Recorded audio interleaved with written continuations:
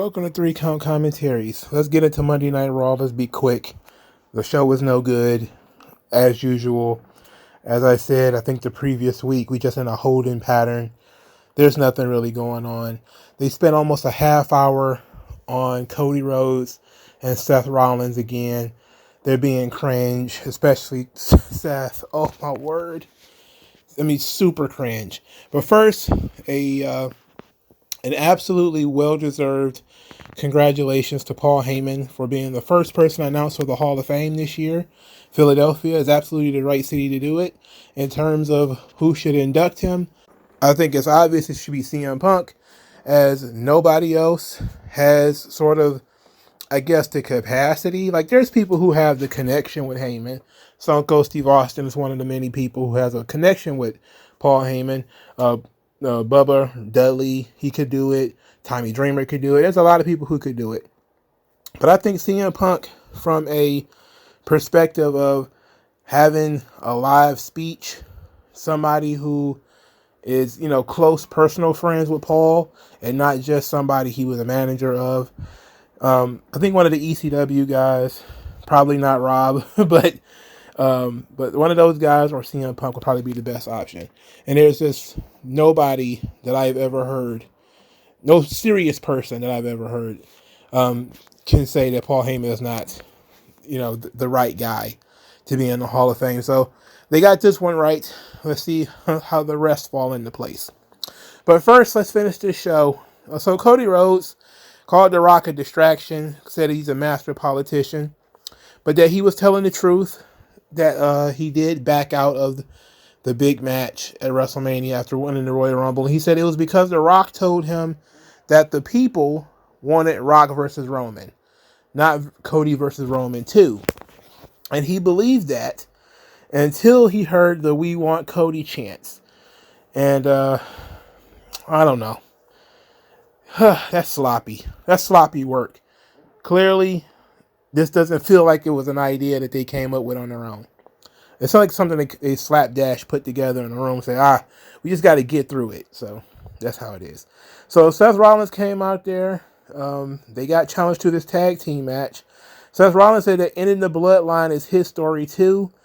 That 10 years ago, when him and Roman came into this company together, they came back to take the power. Seth Rollins wanted to give the power to the people, while Roman wanted to keep the power for himself, which, of course, is a lie. It makes no sense to anybody who has a grasp of WWE history, because Seth Rollins destroyed the Shield so that he could join the Authority. So, remember, I didn't sell out, I bought in. So this is very backwards. Somebody doesn't even remember their own history. But then again, Seth Rollins is a liar. So, moving on.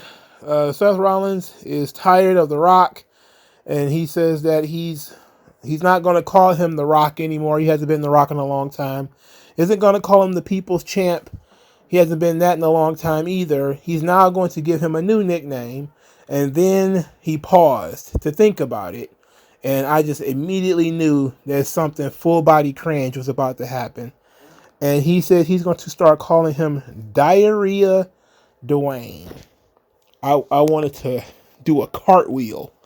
I wanted to turn the show off at this point. I knew there was not going to be a good punchline to this, but Diarrhea Dwayne. We used to blame Vince for stuff like this, right? Oh, my word. This is dreadful. This is dreadful. So, Seth Rollins announced that he is now medically cleared and he will be on SmackDown to confront the Bloodline, wanting to know if Cody Rhodes was going to be there with him. And Cody says that the People's Champ is not in perpetuity and that he will join, Cody Rhodes will join Seth Rollins on SmackDown, where he will give his very clear answer to The Rock and Roman Reigns. This was not the best work that these guys have ever done. Despite the fact that there was a Diarrhea Dwayne chant, that was one crappy promo from Seth Rollins. It was not good. I mean, it was cringe incarnate, It was, the avatar of cringe. It was not good. It was glowing cringe. It was, this was one of the worst promos Seth Rollins ever did. Later, Drew McIntyre called Seth Rollins a spotlight junkie. Says that, Seth Rollins He shows up at all the major events. Oh, here comes CM Punk. Where's Seth Rollins? Oh, Cody Rhodes is here. Where's Seth Rollins? You know. And he says that he should focus on Raw, focus on the World Championship. That's what he's going to do once he gets the title. And when it comes to Jey Uso, says that the only thing he ever wanted from Jey was an apology, but Jey was too dumb to realize that. Now he's going to apologize for what he's going to do to him. Backstage, Jey Uso is hyping himself up. He says that all Drew McIntyre has done is cry and complain. And he says that he wanted an apology. He says, I'm sorry what I'm going to do to you. I'm sorry you're about to get this work, which is his exact words. And then he put on some glasses that said, yeet. He's missing a jacket. He needs a jacket. Main event of the evening. Jey Uso loses to Drew McIntyre. Why? Because Solo Sikoa and Jimmy Uso distracted him. Solo came out of one side of the audience. Jimmy came out of the other. Both ended up with a distraction. Both led to Seth Rollins and Cody Rhodes coming out there to fight each guy. So they're building their Avengers team slowly but surely. So now Jey Uso, despite the fact that he got kicked in his dome piece by Drew McIntyre, is going to be recruited to join this battle against the Bloodline, which they might as well just turn into a 10-man tag or 8-man tag or something like that. Why stop at a tag team match? Just do, one of these crazy AEW 8-man tags where there's guys jumping off of, the ceiling of, somebody jumps off the moon with an elbow drop that another guy kicks out of, because why not? I mean, who gives a shit at this point anyway, right? Drew McIntyre wins a pointless match that I did not feel like watching because this match literally just happened like 3 weeks ago. Afterwards, Seth Rollins is running to attack Jimmy Uso. He ran right past Drew McIntyre. Drew McIntyre was offended by this, came back to the ring, and then put his boot firmly in the jaw piece of Seth Rollins for ignoring him. Because, yeah, Seth Rollins is the world champion, but he's not acting like it. He's totally consumed with this Bloodline shenanigans, which literally doesn't make sense when you consider it, but what more can a guy do? What can you do, really? I don't know. So, this match was, oh my God. They need to tell better stories. I don't understand how you had 3 hours to tell the story of Jey Uso and Drew McIntyre, and you didn't touch on it till like 10 o'clock. For God's sake, I forgot the match was even happening. I was tired as hell when that match started. But the beginning of the show, Dominic Mysterio versus Gunther. This was a fun heel versus heel contest. Dominic Mysterio is hated by 98% of the audience. So it turned Gunther babyface temporarily. At the same time, though, Gunther was still being a dickhead. The funny parts is when Dominic kept chopping Gunther, and he was laying his chops in, man. Like, he was trying. He tried very hard. it wasn't his night, So, Gunther ends up really beating the tar out of Dominic Mysterio. It was very fun to watch. Dominic is really good. He's so much better than people give him credit for. He actually botched a couple of moves, though. He did botch one of his little lucha moves in the corner that led to him getting beat up. That was pretty much the only thing he really screwed up, though. The powerbomb reversal was all Gunther. When Gunther went to powerbomb him, he did a sunset flip. That was all Gunther. That was pretty well done, too. So, Dominic Mysterio loses, but it was fine. I found the match to be fun. It didn't last too long, and it was a clear baby face and a clear heel. And even though Gunther's a heel, everybody hates Dominic, so it worked out just fine. Later, Rhea Ripley is disappointed in Dominic. Basically says, what did I tell you was going to happen? And Dominic is sitting there just beat to shreds. And he doesn't need that negativity. I can tell you that much. She needs some support from his mommy. In any event, Damian Priest is mad. Him and Dominic are talking in Spanish. Nobody understands it. So Damian Priest suggests that JD McDonough handle the Gunther problem while he and Finn Balor deal with the rest of Imperium. And everybody goes off to do their part of this thing. I'm definitely not understanding why JD McDonough ended up with Gunther duty. I don't know. I guess somebody had to do it, but that was dumb. An extremely long match between Judgment Day and Imperium, which won by Judgment Day. Nothing gained, nothing lost. The match was just extremely long. It's also heel versus heel, but unlike the Dominic Mysterio situation where people are just very into Dominic, people are not that into the Judgment Day, Balor, or Priest, or in Imperium. So it would just let people, I guess they chose Judgment Day kind of by default because they're the, I don't know, more entertaining pair, I guess. But the match was entirely too long for me. Damian Priest ends up pinning, I believe, Giovanni Vinci, but who cares? The match just went on forever and ever and ever and ever and ever. JD McDonough, he went to complain to Adam Pearce to get a match with Gunther, but he was so important that they went to commercial.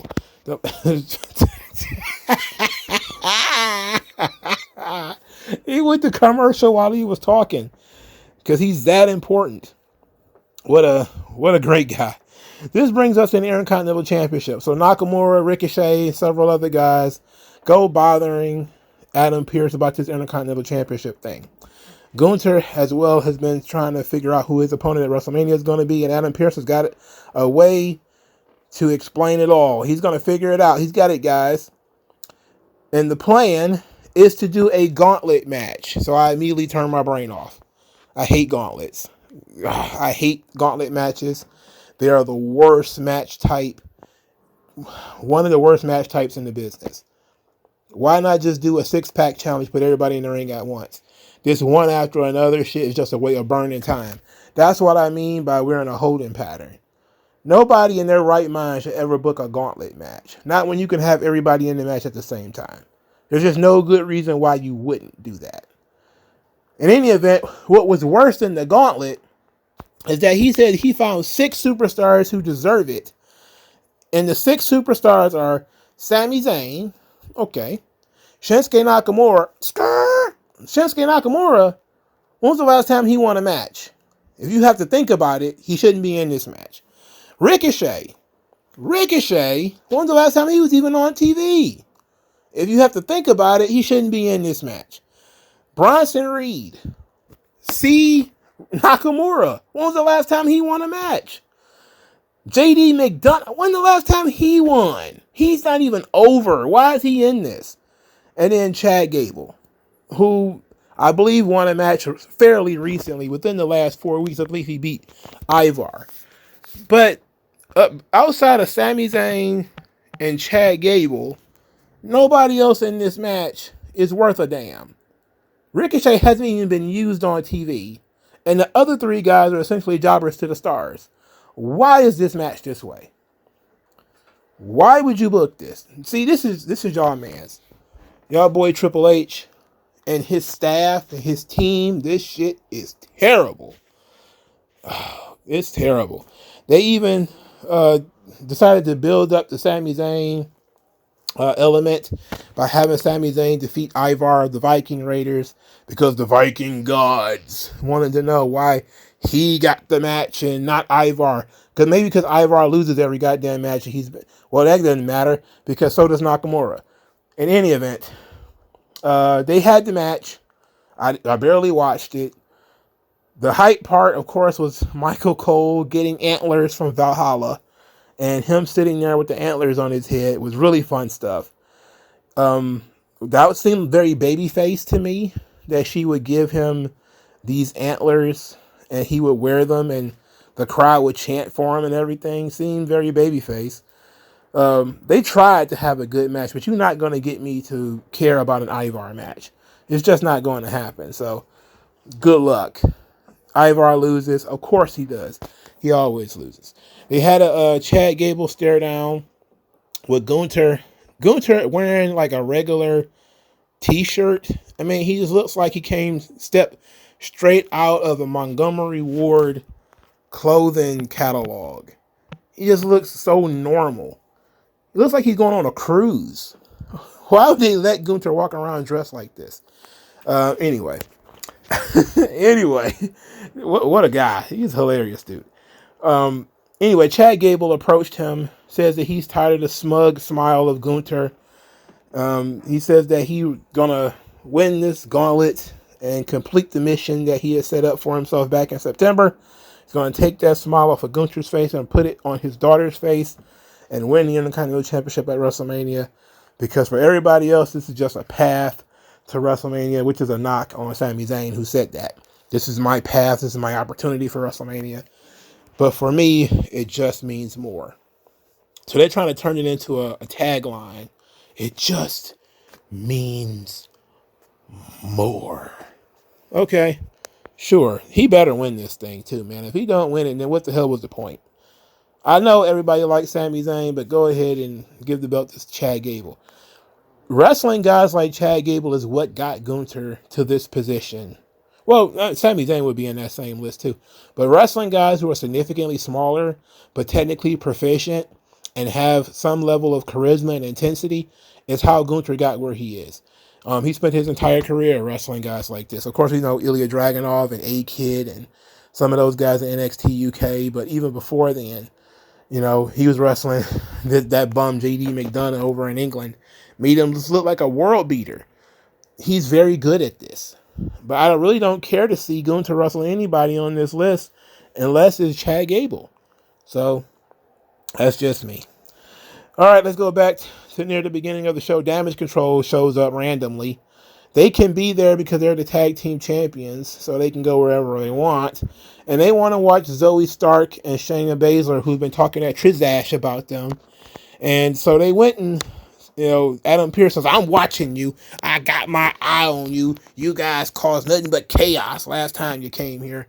They was like, yeah, sure. They went to watch Zoe Stark and Shayna Baszler wrestle Kaden Carter and Katana Chance. And I want to pull Triple H aside for a second, put my arm around him, and tell him the Shayna Baszler thing is over. All right, it's done. You've been trying this since you got the book. Shayna Baszler is never going to work. All right, it's just not going to work. I don't care how successful you think you were with Shayna Baszler in NXT. It's not going to work. The people have been crystal clear that they do not care about Shayna Baszler. At some point, you have to make a decision. And that decision should be, she should either train people, be like a drill sergeant, manager kind of character like, you know, Timothy Thatcher was, or send her home. I'm not saying that, you know, Shayna Baszler is trash. I'm just saying that we've been watching Shayna Baszler for about 5 years now.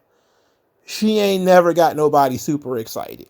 Even when she was in NXT, that NXT audience were a gaggle of, you know, soapless retards. This is not working. All right. Shayna Baszler is immediately absolute NyQuil every time she comes out. And it doesn't help that she's got Kermit the Frog with her either. All right. Because Zoe Stark ain't no better. It's just she ain't been out there that long. They suck. They suck super bad.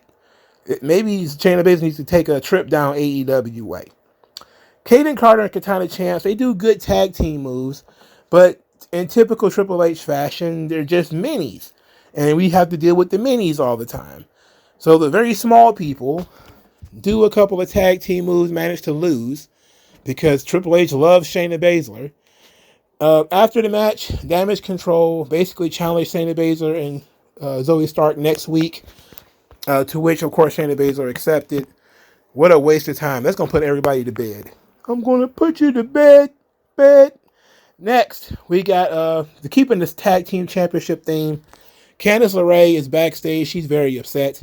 She's very disappointed. She's trying to figure out how to get into this WrestleMania mix, how to get into the tag team championship mix. You know, it ain't quite working out. She's listening to Natalya and Tegan Nox have an argument, to which Natalya says, I forgive you for throwing me out of the Royal Rumble, but it's time for us to forget our manners and go see about this tag team championship situation. And she grabs Tegan by the arm and carries her away, just leads her out. So now Candice LeRae's like, yeah, maybe that's the right idea. Maybe I should forget my manners. So then Ivy Nile and Maxine Dupree, they stroll up and they try to give the old pep talk. Tell Candice LeRae, oh, you got this. All you got to do is give 110% or whatever the hell. And Candice LeRae decides to tell Maxine Dupree to shut the F up. I want nothing to do with her. You only had 3 matches. You can't lace my boots. And then she walks away. And interesting thing. For starters, Candice LeRae, it ain't looking like that's going to work either, but I don't know. You need mid-carders, but Candice LeRae probably not working either. Indy Hartwell is basura. Just get rid of her. Maxine Dupree. Everybody was in a hubbub over about a week about Maxine Dupree getting booed at a house show because she's no good. This girl literally, again, was not brought in to be a wrestler. She was brought in to be a manager. She's being forced, pretty much against her will, to wrestle. Much like, the Divas division back in the day, where they were pretty as a picture, probably had no business getting in the ring. This girl literally probably had, even if she has some enthusiasm for being a wrestler, she has no experience, she has no frame of reference, and she had no time in NXT to get better. She got booed when she came on screen. It was a light boo. It wasn't like a heavy boo, but it was light boos. When Maxine Dupree showed up, everybody was like, ooh, boo. Poor Ivy Nile is actually very good. Is not given a chance at all on this roster, despite the fact that she is quite good, and she probably could get over. But no, Triple H got to try again with Shayna Baszler, got to try again with Tegan Nox. Maybe if I keep forcing it, people will like them. No, nobody cares about Natalya. All right, your entire women's tag team division, you can take that, roll it up in a ball, put it in some aluminum foil, put it in the freezer, freeze it, take it out, and kick it down the fucking street. Nobody cares about this division. 90% of the tag teams in this division are people who are not over and they suck. All right? It's sad. You need some energy in this joint. This joint is dead. I know some people will be like, just get rid of it. I'm not going to tell people to do things that are unrealistic. I'm not going to tell you just to get rid of the whole entire division. That's stupid. It's unrealistic. Just put better people in the division, or write better angles, do better storylines or something. But this garbage that you've done here, it's not going to work. And by God, why is Ivy Nile here? Where is the Creed brothers? Where are they? What are they doing? I don't know. This women's tag team championship thing, not looking too good. Not looking good at all, actually. All right. Honey, I Shrunk the Becky Lynch versus the Jaxosaurus. They had a not good match. Becky Lynch, oh my God, she's so frail. She's like a fallen leaf. She jumps off of I'm not sure if it was the top rope or the second rope. I'm not sure which, and it don't really matter. And she's supposed to do like a missile drop kick to Nia Jax. She got almost no air on the thing. It made very little contact. Nia Jax barely sold it, and it just looked ugly. All right, it was a gross miscalculation on their part. I could see that they were trying a lot.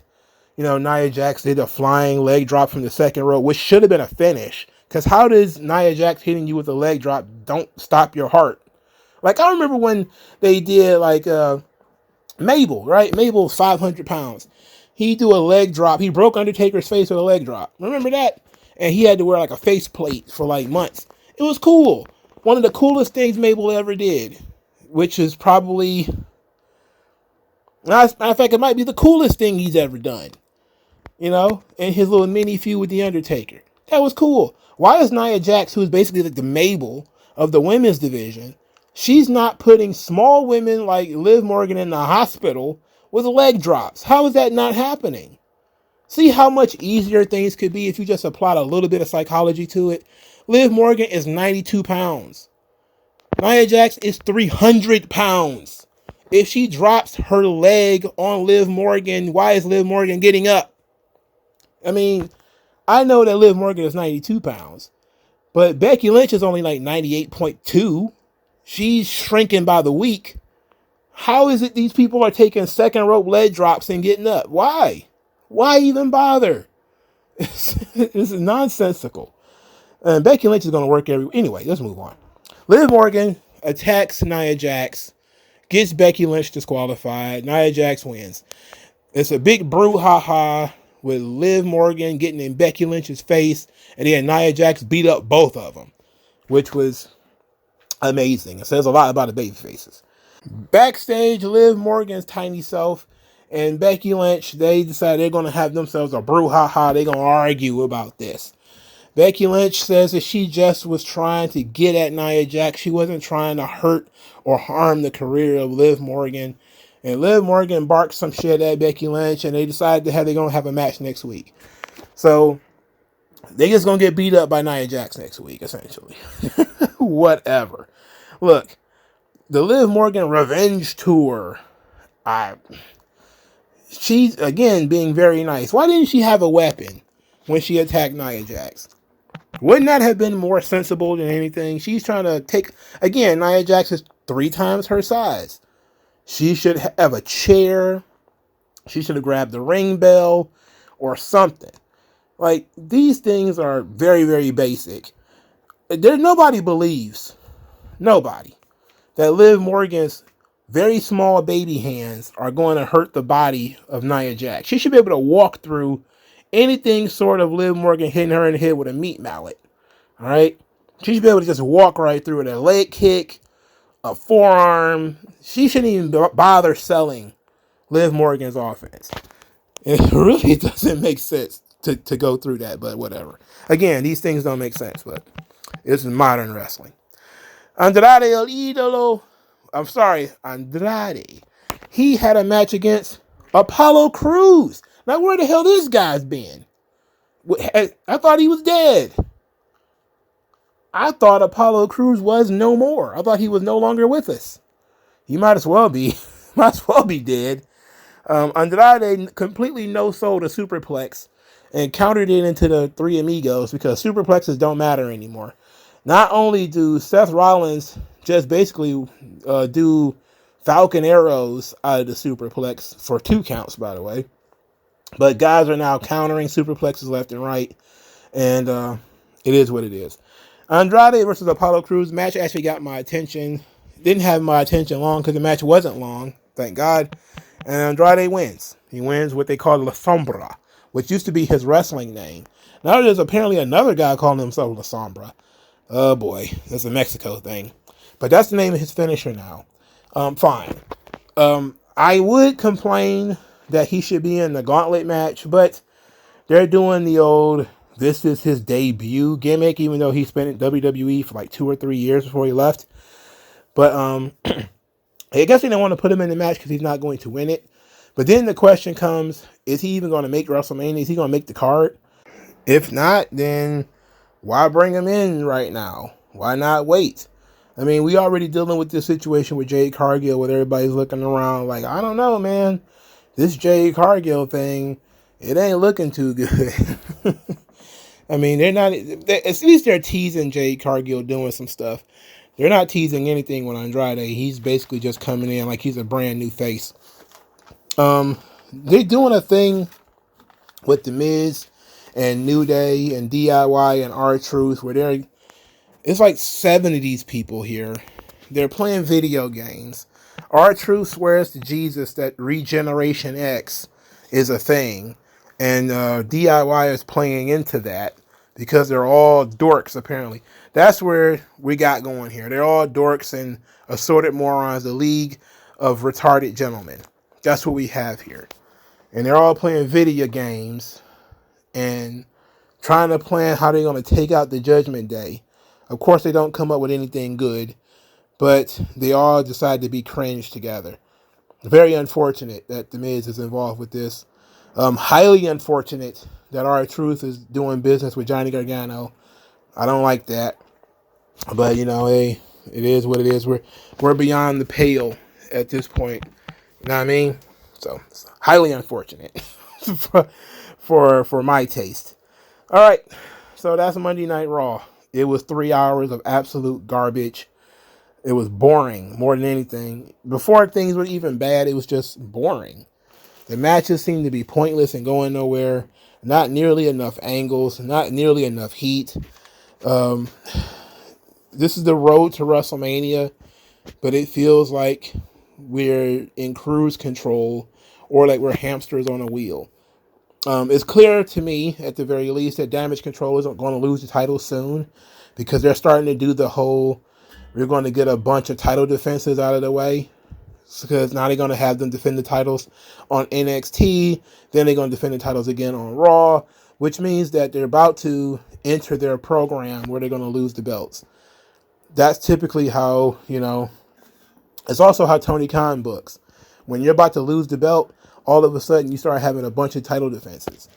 And you just defend the title against randos. Oh yeah, you get a title match now. You get a title match now. So when you lose it, you look like you was a fighting champion who defended the belt and all that horse shit. Okay. I hope this heel versus heel feud between Judgment Day and Imperium is over. Because it needs to be. It needs to be. I don't know why they decided to do that. But I thought it might be something a little bit more interesting. They just threw Dominic to the wolves. Which, was fun for one night. But I would have liked to see some opportunity to see Dominic grow from this. Maybe for him to get into the gauntlet match or something. But they didn't do that. They decided that Dominic Mysterio was going to be the stepping stone for Gunther, while JD McDonough, well, he's the serious contender. Blow that out of your ass. You could blow that one right out of your ass. I did like the little segment between Rhea Ripley and Io, where Ripley told Io to stay off of her territory. And Io didn't really have a response, which she should have. It reminded me of the Triple H JBL thing from, what was that, 2005, 2006, where they were talking about who was the real world champion or whatever. That was fine. They had an opportunity to do that here, but it was pretty clear that Io was in the silver medal position and really was not well suited to say anything to Rhea Ripley, lest she gets turned inside out. All right. What did you guys think of Raw? It was terrible, right? Like, share, subscribe. I'll talk to you guys later.